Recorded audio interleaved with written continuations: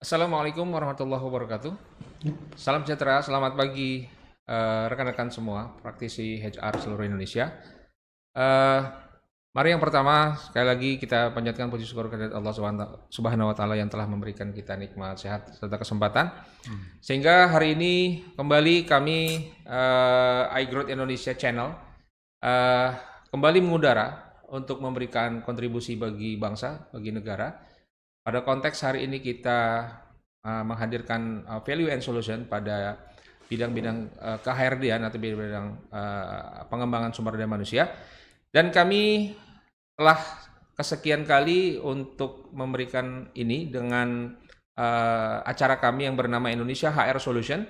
Untuk itu silakan bagi teman-teman praktisi HR untuk terus membantu untuk men-share acara ini karena sangat penting bagi banyak pihak untuk bisa memanfaatkan poin-poin dari apa yang kita diskusikan dengan berbagai topik, dan salah satunya adalah topik hari ini yang kesekian kali kita akan angkat, yaitu tentang sharing session industrial relation, yaitu tentang tanya jawab seputar ketenagakerjaan.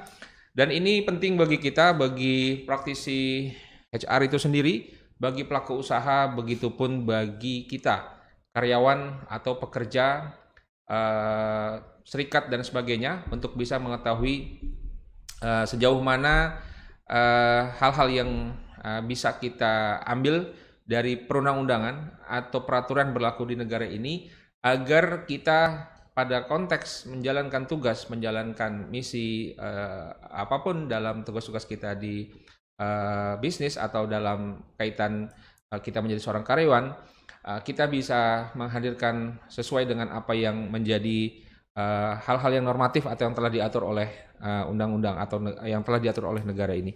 Untuk itu hari ini Kamis 6 Agustus 2020 kita akan tayang sampai dari jam 10 ini sampai pukul 12 nanti. Kami iGrowth Indonesia yang moto kami adalah Value and Solution, sekali lagi memberikan ini untuk menjadi nilai tambah bagi kita semua. Untuk itu seperti biasa untuk tema IR Industrial Relation ya, sharing session Industrial Relation, tanya jawab seputar ketenagakerjaan. Seperti biasa kita ditemani oleh master kita nih. Wah, master kita Pak Denny Makarim SH. Beliau adalah founder DHM Partners ya, sudah melanglang buana seluruh Indonesia, dan tapi tidak sampai dunia dan akhirat gitu ya. Siapa nggak tahu beliau gitu ya. Ya, jadi perlu kita banyak dapat arahan ya, agar kita nggak salah langkah, nggak salah prosedur, khususnya pada tahapan-tahapan nanti menyelesaikan masalah industrial atau masalah-masalah hukum ketenagakerjaan. Untuk itu saya sapa dulu Om Denny, apa kabar hari ini? Alhamdulillah. Alhamdulillah. Baik, Pak Ya, Abi. udah ganjil genap ya. Sudah mulai tadi pagi. Dan pergi gelap ya, dari gelap-gelap. Ya, pergi gelap, pulang gelap Ya, kayaknya. pulang gelap. Nah, itu motonya siapa tuh ya? Pergi gelap, pulang gelap gitu ya. Yang pasti bukan Ibu Kartini lah ya. Nah, jadi gelap-gelap udah keluar, nanti pulang juga dalam keadaan gelap gitu ya. Betul. Jadi nggak kena matahari, Nggak. nggak kena matahari. Oke, baik. Teman-teman semua, jangan lupa walaupun di sini kita akan jawab berbagai pertanyaan yang sudah terkumpul via WA, via grup, via pertanyaan-pertanyaan yang juga belum sempat terjawab di sesi sebelumnya. Tidak tertutup bagi teman-teman yang baru hadir hari ini atau yang baru bergabung hari ini untuk bisa melayangkan pertanyaan yang ada di fanpage kita di @iGrowth Indonesia, untuk bisa bertanya di situ ya, di kolom pertanyaan. Silakan di kolom diskusi ya, silakan bertanya. Nanti di sesi kedua ya, kita akan ambil yang update, yang baru, yang masih fresh dari teman-teman yang bertanya. Silakan nanti kita coba akan jawab juga. Baik, Om Denny, kita PR dulu nih. PR-nya banyak banget ya, nggak selesai-selesai nih, karena memang ini merupakan praktisnya kita untuk menghadirkan sebuah hal yang memang normatif ya, yang memang sesuai dengan ketentuan hukum. Jadi nggak bisa ini pakai polesan dan pakai yang penting jalan dulu, nggak bisa. Yang penting kita harus fokus pada ketentuan hukum dan semua pihak tidak ada yang dirugikan. Baik, langsung ya Om Ya, Denny, silakan. kita coba jawab dari pertanyaan yang pertama nih. Ada pertanyaan, kenapa karyawan yang melakukan kesalahan berat ketika di PHK mendapat pesangon, sedangkan karyawan yang mengundurkan diri baik-baik tidak mendapatkan pesangon. Nah, ini terkait Undang-Undang 13, apa nih yang bisa dijelaskan? Silakan Om Denny. Baik, terima kasih Pak Abi. Jadi sebelum saya jawab, saya perlu sedikit jelaskan. Ya. Ini pertanyaan-pertanyaan yang tadi disampaikan Pak Abi. Listnya ini masih ada 40 lebih ya. Nah, 40 lebih. Dan ini menjadi PR kita bersama untuk menjawab. Ya. Ini didapatkan dari pertanyaan yang masuk pada saat kita melakukan kajian IR, kajian ketenagakerjaan ya. Ya. Yang dilakukan 2 minggu sekali dan batch berikutnya yaitu batch keberapa? 7 ya? 7. Itu jatuh pada hari Senin depan. Betul. Dalam waktu yang sama juga ya. Ya. Dan itu juga akan live di sini juga di Growth. Ya. Baik, pertanyaannya mengenai karyawan melakukan kesalahan berat waktu di PHK dapat pesangon. Kalau karyawan yang resign kok malah nggak dapat, kan gitu pertanyaannya. Kenapa kan gitu? Ya. Baik, kalau mau jawab kenapanya, secara pasti tentu teman-teman sekalian saya tidak terlalu memahaminya karena kebetulan saya tidak ikut serta dalam tim perumus perundang-undangan, yaitu Undang-Undang 13 tahun 2003. Ya. Sehingga latar belakangnya saya tidak tahu persis. Pasti yang tahu benar untuk menjawab secara akurat kenapanya itu adalah Bapak Ibu yang terhormat, para tim perumus Undang-Undang 13 2003 dulu. Namun yang bisa saya pelajari dari guru-guru saya, termasuk sebagiannya adalah mereka yang terlibat dalam perumusannya, beberapa hal yang perlu saya sampaikan. Yang pertama mengenai kesalahan beratnya dulu. Kesalahan berat itu ada di dalam pasal 158 ya di Undang-Undang 13 2003 ya. Pasal 158 Undang-Undang 13 2003 buat teman-teman yang sedang membuka bukunya sekarang silahkan dilihat. Namun ada hal penting tentang pasal 158 nih Pak Abi. Ya. Ternyata pasal 158 itu sejak tahun 2004 jadi tahun 2003 Undang-Undang 13 ini muncul. Kemudian tahun 2004-nya sudah digugat uji material. Salah satunya adalah pasal 158 Ya. tentang kesalahan berat ini. Kemudian akhir 2004 muncullah putusan Mahkamah Konstitusi yang menyatakan bahwa pasal 158 tidak lagi memiliki kekuatan hukum mengikat. Oke. Dalam bahasa lapangan kita sehari-hari bisa bilang ini udah nggak bisa dipakai lagi, ceritanya gitu, ya kan? Udah nggak bisa dipakai lagi, sehingga pasal 158 itu seharusnya menurut saya sudah tidak lagi menjadi pembahasan kita semua. Ya. Karena kita harus menganggapnya, nih kalau ini ngomongnya bahasa lapangan aja ya Pak, dalam bahasa praktek di lapangan kita harus menganggap pasal 158 itu sudah nggak ada, sudah almarhum. Almarhum. Jadi kita sudah nggak bisa pakai pasal 158. Ya.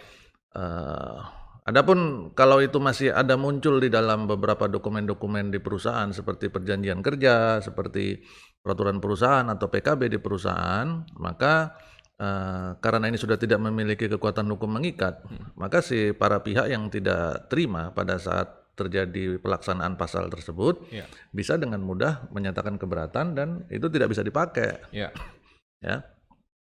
Sehingga pasal 158 sudah tidak bisa jadi bahasan. Ya.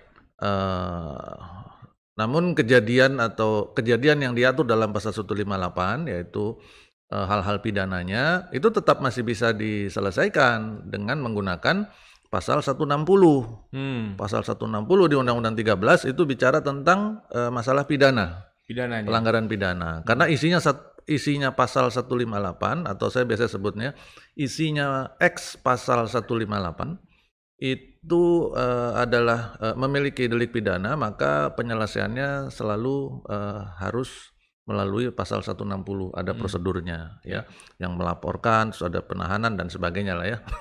Nah, Tapi kayaknya kalau saya ngelihat pertanyaan ini sebenarnya si penanya mungkin nggak fokus kepada masalah kesalahan berat, Ya. tapi fokus dia mungkin kenapa orang yang di PHK, jadi itu mendapat pesangon kalau perusahaan yang mutusin, tapi kalau karyawan yang mengundurkan diri, jadi karyawan yang melakukan PHK atas dirinya, tidak dapat itu malah pesangon. nggak dapat pesangon. Maksudnya resign. Maksudnya resign ya. Iya. Jadi filosofinya sebenarnya begini. Ini juga saya dapatkan dari beberapa senior saya di manajemen waktu masih di corporate dulu. Salah satunya kenapa perundangan kita ini mengatur untuk memberikan bekal, tanda kutip bekal kepada teman-teman yang di PHK. Jadi artinya yang aktif melakukan PHK bukan si karyawannya, tetapi si perusahaan. Ya. Karena masalah kesiapan. Karyawan yang akan di PHK atau karyawan yang di PHK ini, ya inisiatifnya kan bukan datang dari si karyawan. Ya. Artinya kalau kita bisa bilang mayoritas atau hampir semua kasusnya di PHK seperti itu, si karyawan selalu berada dalam posisi tidak siap, tidak siap lahir batin, tidak siap secara ekonomi, secara psikologis dan sebagainya. Sehingga untuk itu diperlukan tanda kutip bantuan. Ya kan, dan itu yang kelihatannya diatur dalam peraturan perundang-undangan, dan itu yang disebutnya dalam istilahnya adalah salah satunya adalah pesangon. Ya kan, untuk persiapan mereka, karena mereka tidak punya kesiapan, tidak ada rencana. Mereka tadinya masih mau kerja aja, biasa-biasa aja, tapi tiba-tiba karena sebab-sebab tertentu dia di PHK. Berarti inisiatifnya bukan dari dia. Sebaliknya, teman-teman yang mengajukan pengunduran diri atau resign, atau dia itu juga mem-PHK dirinya sendiri, inisiatifnya datang dari karyawan itu sendiri kan? Nah di sini perbedaannya. Inisiatifnya muncul dari karyawan itu sendiri. Adalah tidak mungkin pada saat inisiatif itu muncul, terus si karyawan belum siap. Nggak mungkin. Ya kalau dia nggak siap ya jangan ngajuin resign kan gitu. Ya, jadi logikanya pada saat si karyawan mengajukan resign pasti dia sudah siap. Siap lahir batin, entah siap secara ekonomi atau mungkin ada rencana secara ekonomi, siap secara psikologis juga, dia sudah siap karena dia yang mengajukan suratnya. Nih Pak Bos, surat resign saya, ya kan. Nah ini yang membuat perbedaan cara perlakuannya, sehingga kepada mereka yang sudah siap seperti itu dan mereka yang berinisiatif meninggalkan perusahaan, maka karena mereka sudah siap, kelihatannya para pembuat undang-undang berpikir mereka sudah memiliki kesiapan yang lebih dibanding yang di PHK, sehingga bantuannya menjadi lebih besar kepada yang di PHK. Bahwa yang resign tidak mendapatkan pesangon, betul, tetapi mereka memiliki hak atas uang pisah. Ya memang uang pisah ini ditentukan di dalam perjanjian kerja atau peraturan perusahaan atau PKB. Jadi ada sebuah skema atau ketentuan nilai formula tertentu yang diatur berbeda-beda tiap perusahaan, bergantung pada peraturan perusahaannya atau PKB atau perjanjian kerjanya. Jadi itulah yang menurut saya mudah-mudahan teman-teman bisa pahami, filosofi dasarnya adalah masalah kesiapan. Yang satu sudah siap, yang satu belum siap. Begitu kurang lebih Pak Abi. Atau kayaknya lebih nanyanya kayaknya kemungkinan dari pertanyaan ini yang saya lihat mendingan kita melanggar melanggar aturan gitu ketimbang resign. Gue dapat duit. Ya. Kayaknya nanyanya kayak hampir bahasanya seperti itu. Jadi agak-agak gondok lah ya. Ada gondok. Mendingan tuh gue resign gak dapat apa-apa katanya. Mending gue bandel aja sekalian gitu.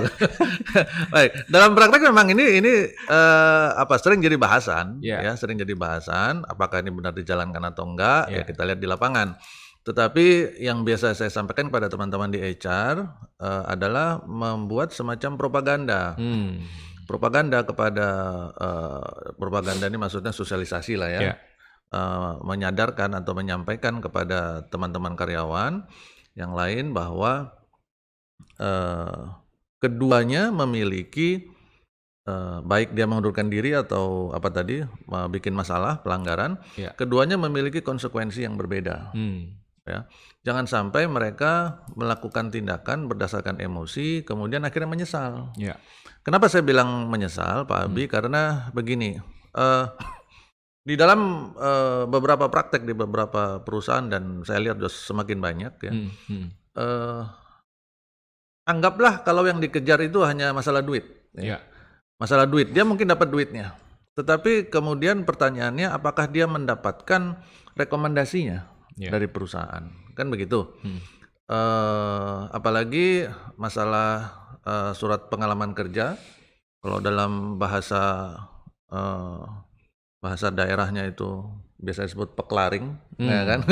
Peklaring gitu ya. Nah, itu ternyata dalam Kitab Undang-Undang Hukum Perdata menjadi sesuatu yang wajib diberikan oleh perusahaan. Tetapi belum titik. Belum titik gitu loh, belum titik. Karena ternyata di sana juga ada kewajiban lainnya. Di samping perusahaan wajib memberikan surat keterangan kerjanya, perusahaan juga wajib menyampaikan alasan yang sebenarnya. Mengapa si karyawan keluar gitu kan. Nah, coba bayangkan apabila kemungkinan yang pertama yang resign tadi disebutkan, alasan keluar mengundurkan diri. Bagus dong. Saya cari kerja di tempat lain masih aman. Nah, kalau alasan yang terjadi adalah kemungkinan kedua tadi, karena saya melakukan pelanggaran, ya kan? Terus ditulis alasan keluar karena melakukan pelanggaran. Terus kira-kira saya datang ke perusahaan Pak Abi, saya melamar ke sana. Kira-kira dipertimbangkan apa enggak? Ya kan? Kira-kira akan bermanfaat nggak seperti itu? Nah, itu yang tadi saya bilang konsekuensi. Maka saya selalu sampaikan pada teman-teman HR juga untuk mulai berlaku jujur di dalam membuat surat keterangan kerja.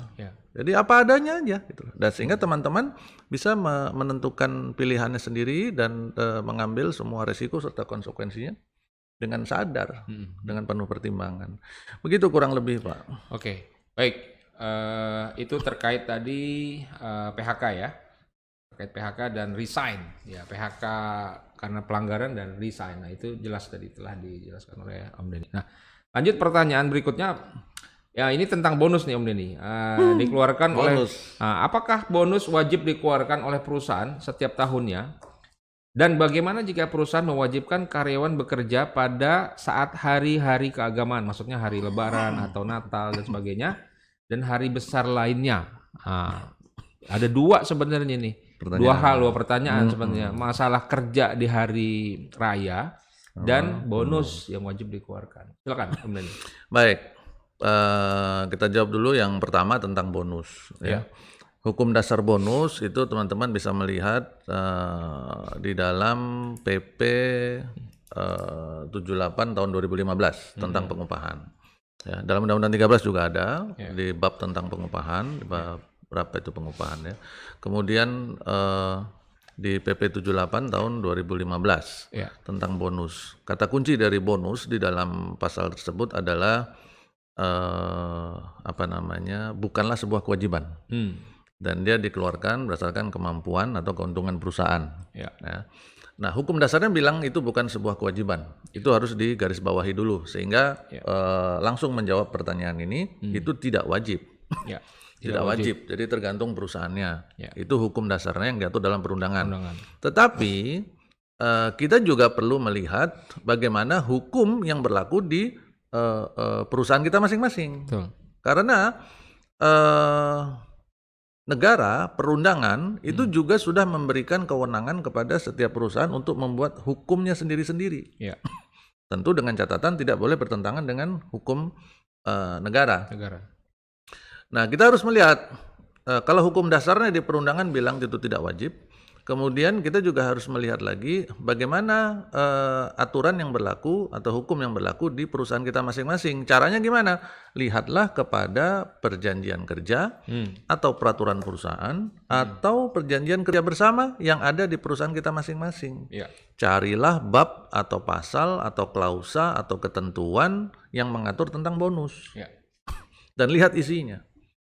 Bagi beberapa perusahaan yang ternyata di dalam dokumen-dokumen resmi tadi itu sudah menyatakan bahwa itu menjadi wajib, sudah menyatakan bahwa perusahaan akan memberikan bonus setiap tahun, misalkan bunyinya begitu. Sudah tertera ya. Nah, kalau ditulisnya perusahaan akan memberikan bonus setiap tahun, berarti sudah menjadi kewajiban. Karena berarti si perusahaan sudah berjanji kan begitu. Betul. Sudah berjanji gitu loh. Nah, maka kita harus berhati-hati. kita seharusnya berjanji untuk melakukan hal yang kita bisa komit untuk menjalankannya. Ya. Jadi jangan buat janji yang kita belum tentu bisa lakukan. Ya. Nah, kalau perusahaan sudah berani menuliskan dalam perjanjian kerja, peraturan perusahaan atau PKB-nya, kalimatnya sederhana seperti itu, perusahaan akan memberikan bonus atau perusahaan memberikan bonus setiap tahun, setiap akhir tahun. Ya udah, itu menjadi akhirnya menjadi wajib bagi perusahaan itu. Ya. Tapi bagi perusahaan tetangganya belum tentu. Belum tentu. Karena hukum dasarnya kan bilang nggak wajib. Ya. Itu tentang bonus ya, Ya. Pak Abi. Kemudian tentang karyawan yang bekerja pada hari-hari raya keagamaan. Ya. Nah, ada kata-kata wajib juga di sini. Mewajibkan karyawan. Ya. Kalau secara sederhana kita tutup dulu kata-kata wajib. Pertanyaannya kan menjadi bagaimana apabila karyawan bekerja pada hari raya keagamaan atau hari libur ya, hari besar lainnya. Atau saya tambah dikit ya, Om. Gimana? Jadi menurut pengalaman gini, misalnya kalau Lebaran, teman-teman dari umat atau teman-teman yang agama, misalnya Lebaran, Islam, Idul Fitri, teman-teman yang beragama Kristiani ya, itu menggantikan teman-teman yang beragama Islam. Nah, begitupun Natal tuh. Begitupun teman-teman yang Kristiani Natalan libur, teman-teman yang Muslim biasanya gantiin.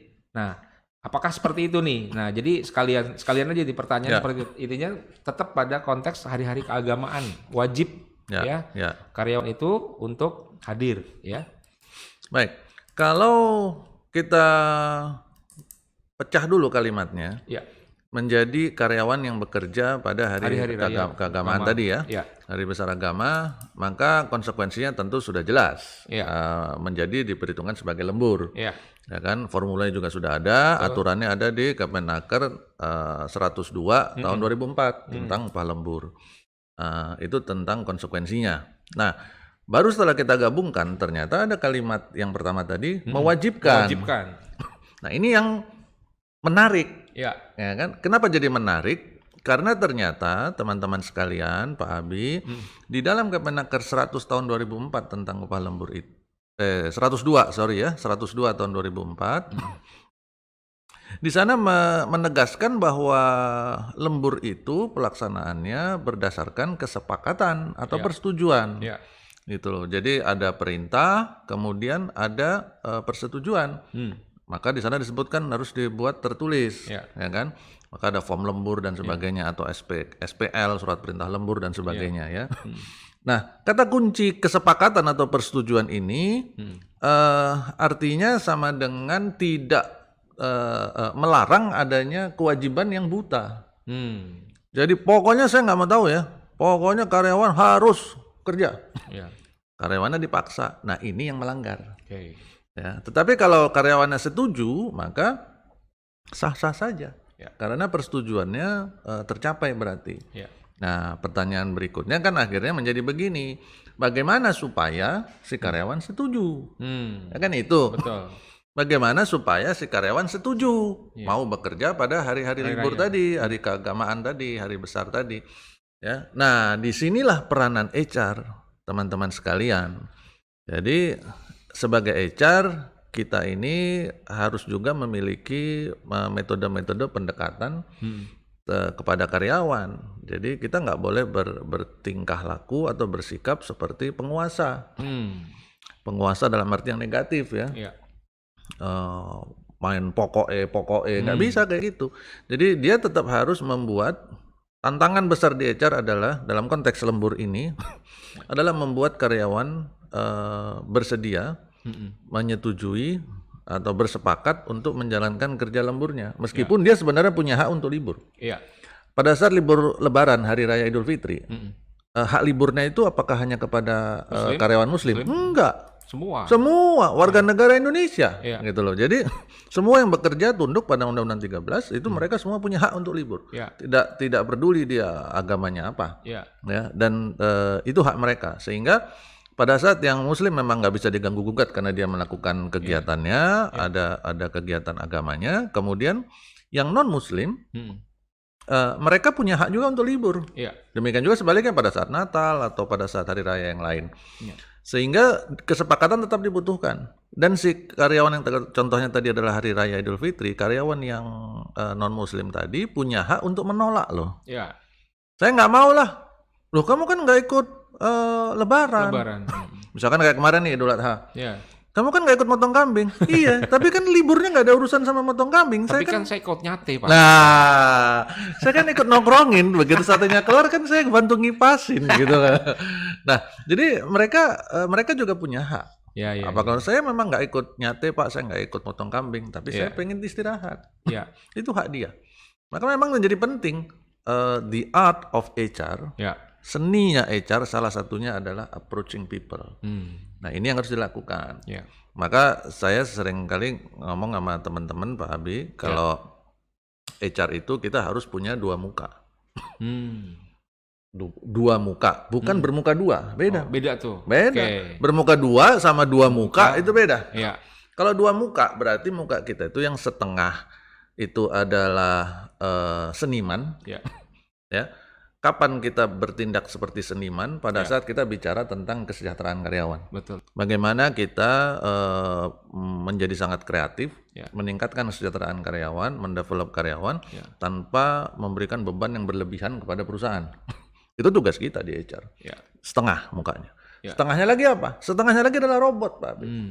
Setengahnya lagi robot. Kapan tuh jadi robot? Pada saat bicara penegakan hukum. Ya.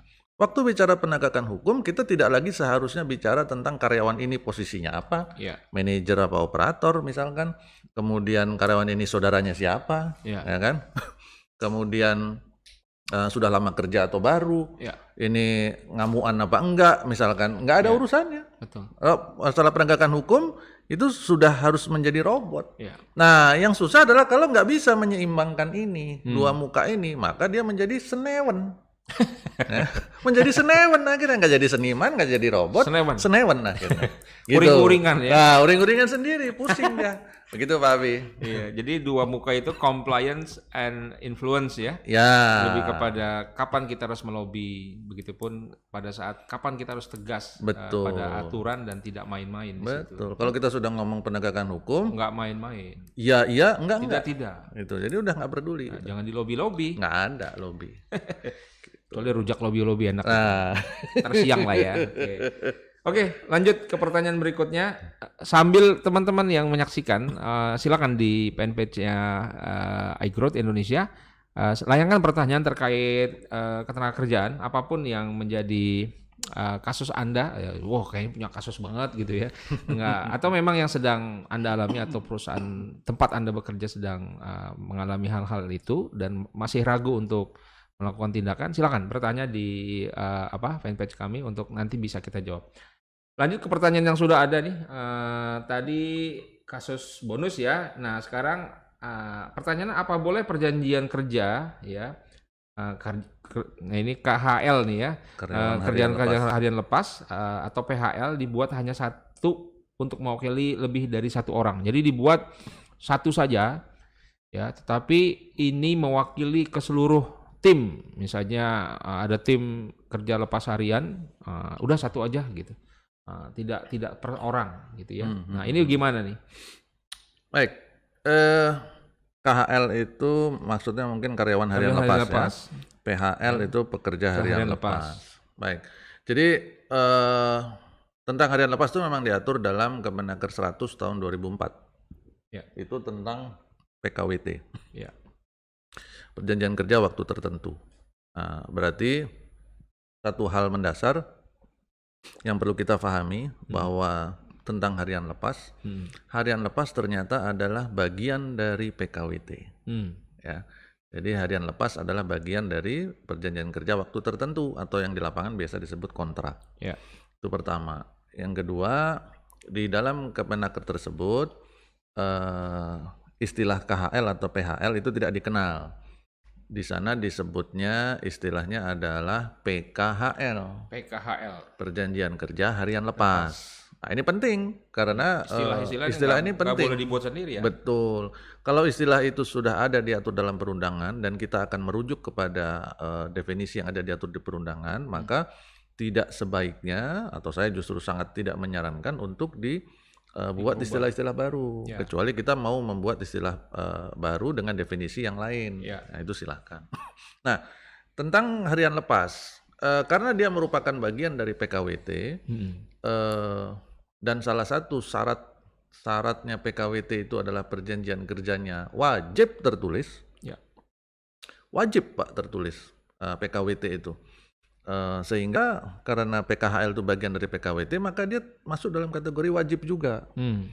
Jadi kan perjanjian kerja itu nggak boleh tuh Pak, kalau untuk PKWT itu menggunakan lisan tuh nggak boleh.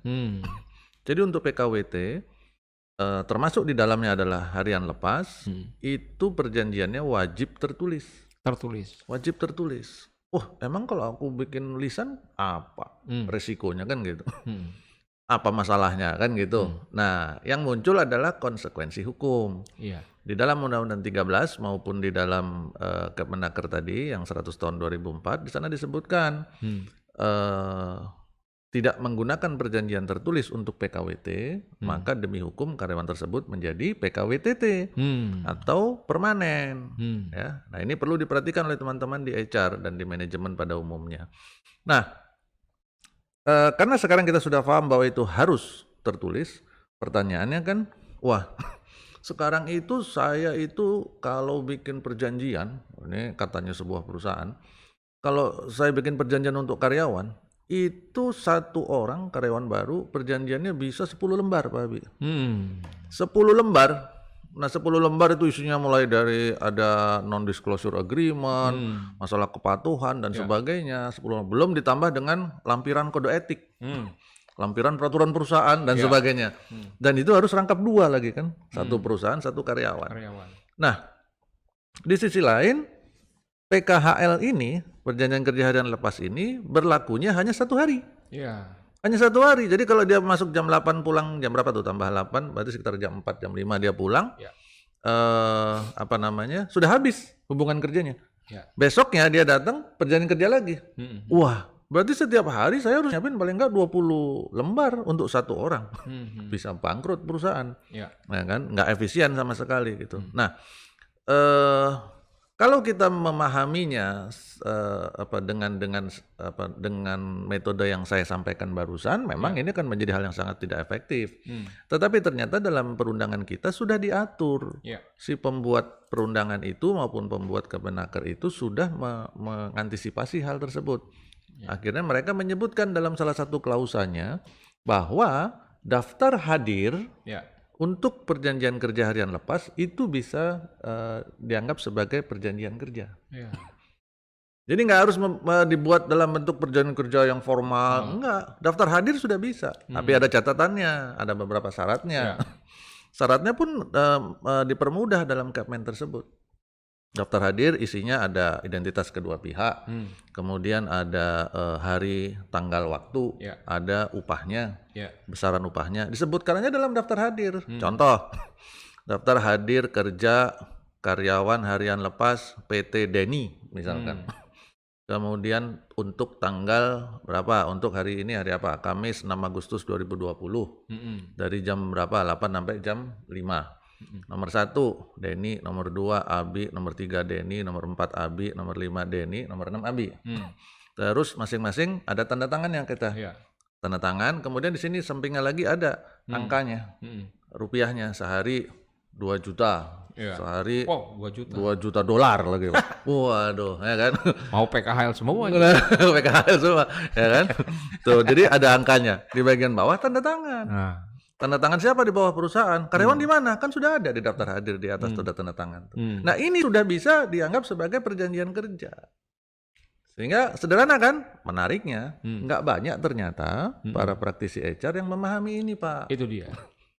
Begitu kurang lebih. Jadi harapannya semoga bisa dipahami sekarang. Silakan. Oke, jelas ya teman-teman semua tentang perjanjian PKHL tadi ya. Dan perlu teknis itu teknis banget tuh Pak Om Denny telah menjelaskan, dan jangan sampai akhirnya kita ngakal-ngakali lagi gitu. Akhirnya ngakal-ngakali di belakang hari ada masalah baru pusing gitu ya. Nah itu yang nggak perlu lah. Lanjut ke pertanyaan berikutnya. bagaimana prosedur pengaduan Unpaid leave. unpaid leave, ya, oke, atau cuti tanpa gaji di masa pandemik. Nah, ya, ini update nih, mewakili kayaknya ya, banyak pihak. Mewakili. Baik. Mewakili, oke. Pertanyaan tentang masa pandemi, tentang upah tidak dibayar, Ya. tentang unpaid leave, tentang work from home, Ya. PHK Ya. dalam masa pandemi ini selalu muncul di dalam kajian IR, kajian ketenagakerjaan di batch yang 6 kemarin. Ya. 1, 2, 3, 4, 5, 6 semua muncul. Di setiap kelas-kelas atau forum di mana saya berbicara itu juga selalu muncul pertanyaan itu. Ya. Dan saya juga nggak boleh bosan-bosan menyampaikan Ya. jawabannya atau penjelasannya. Jadi perlu teman-teman ketahui bahwa di masa pandemi ini, seingat saya sekitar bulan Mei kalau nggak salah, itu sudah ada ketentuan. Bahkan di April sudah ada tuh beberapa produk hukum keluaran dari Kementerian Ketenagakerjaan di Indonesia. Ibu Menteri kita sudah mengeluarkan aturan-aturan mainnya, termasuk ada surat edaran Menteri dan sebagainya. Ya. Di sana mengatur tentang metodenya atau prosedurnya bagaimana mengenai pembayaran upah. Bagaimana mengenai hari kerja pada saat masa pandemi seperti ini, ya. Dan di sana dijelaskan bahwa mengurangi upah misalkan atau bahkan merumahkan, di sana juga disebutkan, Ya. mengurangi upahnya, merubah atau tidak membayar upahnya,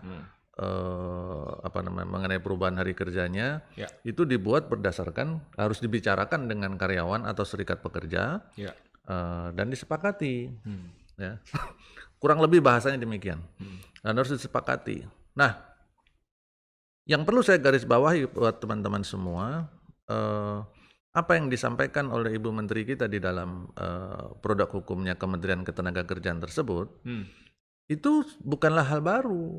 Jadi kita nggak perlu kaget sebenarnya. Kenapa? Karena dalam Undang-Undang 13 itu sudah jelas dan tegas disebutkan. Jadi produk hukum yang dikeluarkan oleh Ibu Menteri itu hanya menegaskan sifatnya, Ya. bahwa di perundangan kita sudah ada prosedurnya untuk itu. Di mana prosedurnya? Di Undang-Undang 13 tepatnya ada di pasal 55. Pasal 55 ya. Pasal 55 di Undang-Undang 13 2003, di sana jelas disebutkan, kurang lebih itu bunyinya begini. Perjanjian kerja tidak dapat dirubah dan atau dibatalkan tanpa kesepakatan kedua pihak atau persetujuan kedua pihak. Ya. Ya, kurang lebih bunyinya begitu. Ya. Artinya dia boleh dirubah, boleh juga dibatalkan, Ya. tapi harus persetujuan. Oke. Kan begitu. Nah, apa yang dirubah dalam konteks ini adalah yang dirubah hari kerjanya, Ya. yang dirubah adalah besaran upahnya, Ya. gitu. Nah, itu harus kesepakatan kedua pihak. Jadi sebenarnya Ibu Menteri kita menegaskan saja Ya. apa yang sudah ditetapkan oleh undang-undang yang dibuat tahun 2003 itu. Dan ini yang harus jadi pegangan kita. Ya. Seharusnya kita di HR, di manajemen nggak perlu kaget dengan hal ini. Maka capailah kesepakatan itu. Yang nanti jadi menarik adalah kalau tidak ada kesepakatan. Nah, itu dia. Itu yang nanti jadi menarik, gitu kan. Dan itu menjadi ibaratnya ini bagi perusahaan, kalau mereka tidak membuat kesepakatan untuk itu, saya memberikan istilah yang mohon maaf mungkin agak keras, itu sama dengan membangun atau menggali lubang kuburan sendiri. Oh. Karena akan berbalik dan akan merugikan perusahaan sendiri. Betul. Gitu, sehingga ini harapannya supaya bisa dipahami oleh teman-teman. Ya. Gitu Pak Abi. Oke, penting tuh teman-teman. Ya, jadi jangan sampai salah langkah ya masa pandemik, dan kita nggak tahu pandemik ini sampai kapan. Betul. Dan ini hal yang update yang perlu kita lakukan dengan baik. Lanjut ke pertanyaan berikutnya. Oke. Apakah PKWT tahun pertama berhak dapat cuti melahirkan? Tentang cuti melahirkan nih, ya. Jangan-jangan di masa pandemik kasus melahirkan tambah banyak ya. Tambah banyak ini gara-gara work from home ya Pak. Ya, kebanyakan work from home ya. Iya, itu. Tingkat positif meningkat, tingkat positifnya. Tingkat positif meningkat. Oke, lanjut. Baik, jadi apakah PKWT tahun pertama berhak atas cuti melahirkan? Teman-teman sekalian, Kita harus melihat dulu kalau tentang cuti melahirkan itu fokus ada di dalam Undang-Undang 13, ada di bab tentang pengupahan ya.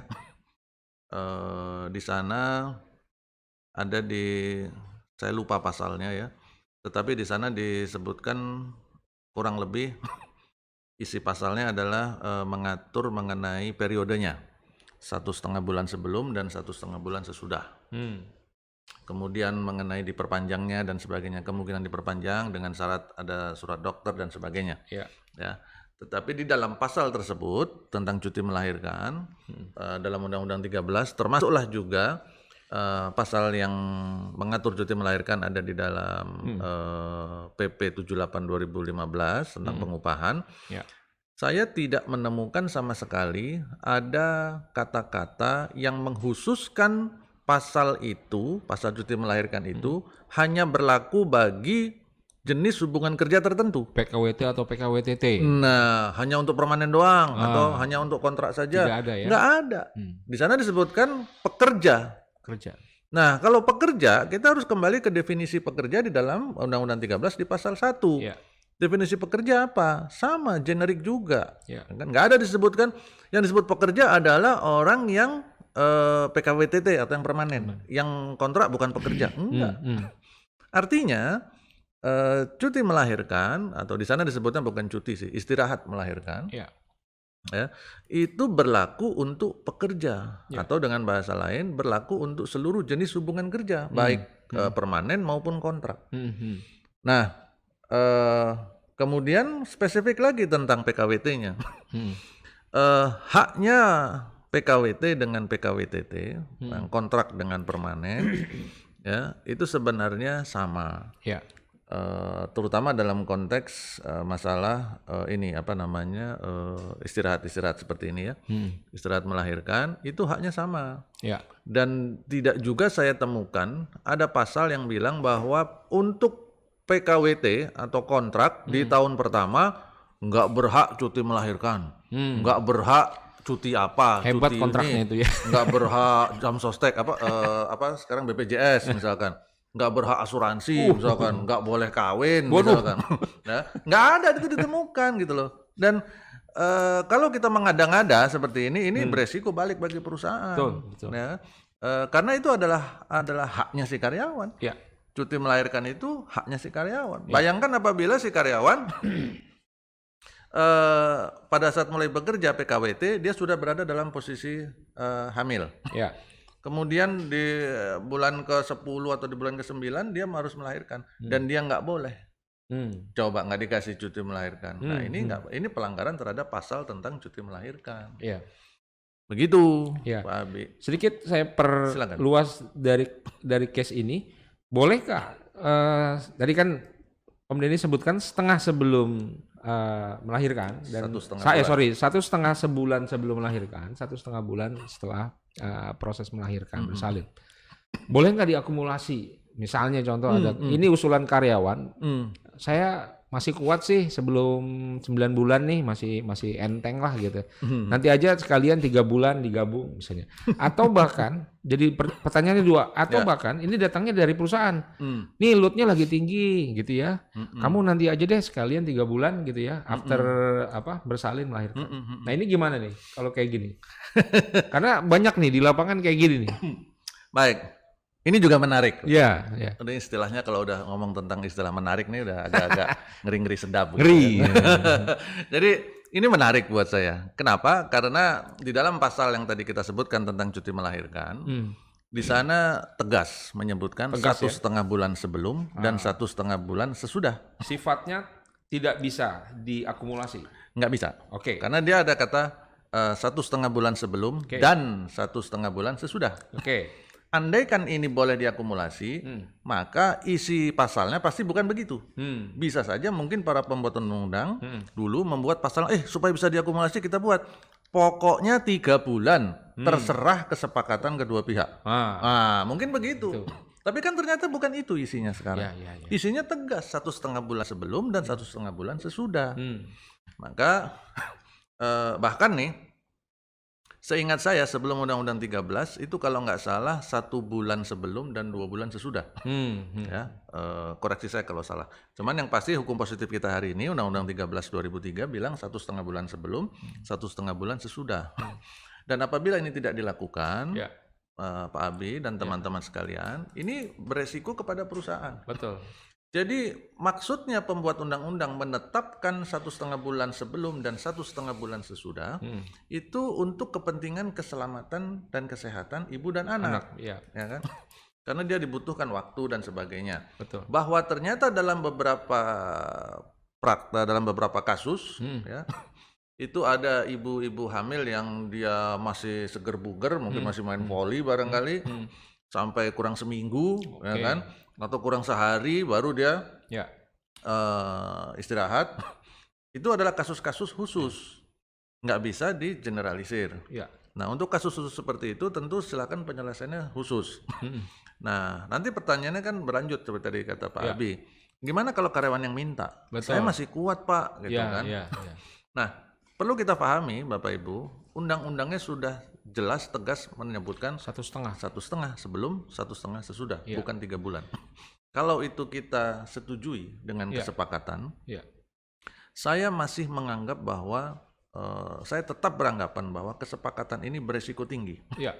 Ya, meskipun ini si karyawan wanita sudah tanda tangan, suaminya juga tanda tangan, pakai meterai lagi Pak, gitu kan. Terus saya suka bilang kepada teman-teman yang berkata itu, saya bilang, saya nggak peduli meskipun yang tanda tangan itu si istri, si suami, si bapak, si ibu, si nenek, si kakek, tetangga, Pak RT, Pak RW. Itu kan Pak tanda tangan pakai meterai, satu orang meterai 6 misalkan, jadi bejibun materinya. Itu tetap mengandung resiko. Resikonya buat siapa? Perusahaan. Bukankah kita di HR, salah satu tugas tanggung jawab kita adalah mengamankan atau menekan resiko, memanage resiko yang akan ditanggung oleh perusahaan. Coba bayangkan apabila kita setuju ini misalkan, harusnya dia tanggal 1 Maret misalkan, harusnya sudah mulai cuti, karena dia di pertengahan 15 April sudah tanggalnya melahirkan. Tapi kita biarkan dia masuk sampai nanti kira-kira kurang seminggu, ya kan? Kira-kira tanggal 10 baru mau dilepas. Sudah kesepakatan tadi yang disebut. Tiba-tiba tanggal akhir Maret terjadi sesuatu yang tidak diinginkan oleh kedua pihak. Dan ingat, terjadi sesuatu ini nggak hanya urusan di lokasi kantor loh. Ini bisa saja terjadi misalkan si karyawan wanita tadi baru mau berangkat, lagi naik ojek, tiba-tiba jatuh kepleset, ya kan? Atau hujan deras dia kepleset, atau lagi naik tangga kepleset terguling. Waduh, ini kan mengerikan. Dia belum ada di kantor Pak. Belum ada di kantor, atau waktu pulang kerja, atau waktu istirahat dia lagi keluar ke kantin atau ke restoran, tiba-tiba terjadi sesuatu. Nah, kalau ini terjadi maka yang nanggung siapa? Nah, itu dia. Ini yang perlu diamankan tuh ini. Maka resiko ini yang harus dikelola oleh kita di HR. Maka kalau saya nggak pernah mau tuh Pak. Betul. Begitu. Dan saya pikir hak si karyawan ini juga, karyawan juga jangan misalnya mengajukan diri gitu ya. Oh saya kuat gitu ya, 1,5 ini nanti akumulasi aja. Karena saya lihat ini resikonya juga kalau nanti perusahaan mengklaim, oh nggak bisa diakumulasi, oke lah diizinkan, tetap masuk. Tapi di setelah melahirkan itu dia klaim, saya mesti 3 bulan dong. Oh ternyata kembali perusahaan akhirnya berkelit bahwa ini nggak bisa 1,5 di undang-undang begitu. Betul. Dan ini harus diperhatikan nih para karyawan juga sebenarnya dirugikan secara hak kalau akhirnya nanti kembali kepada tadi ya pasal yang jelas. Di tengah jalan balik ke akhirnya nggak bisa. Awalnya sih oke gitu kan. Nah ini ya tadi ngeri. Nah ini ngeri nih ya, ngeri. Betul. Oke, jadi itu ya jawabannya teman-teman. Baik, kita commercial break dulu. Ada yang mau lewat, baru nanti kita lanjut ke pertanyaan berikutnya, sekaligus pertanyaan yang lagi update di fanpage kita. Silakan, yang mau lewat dulu.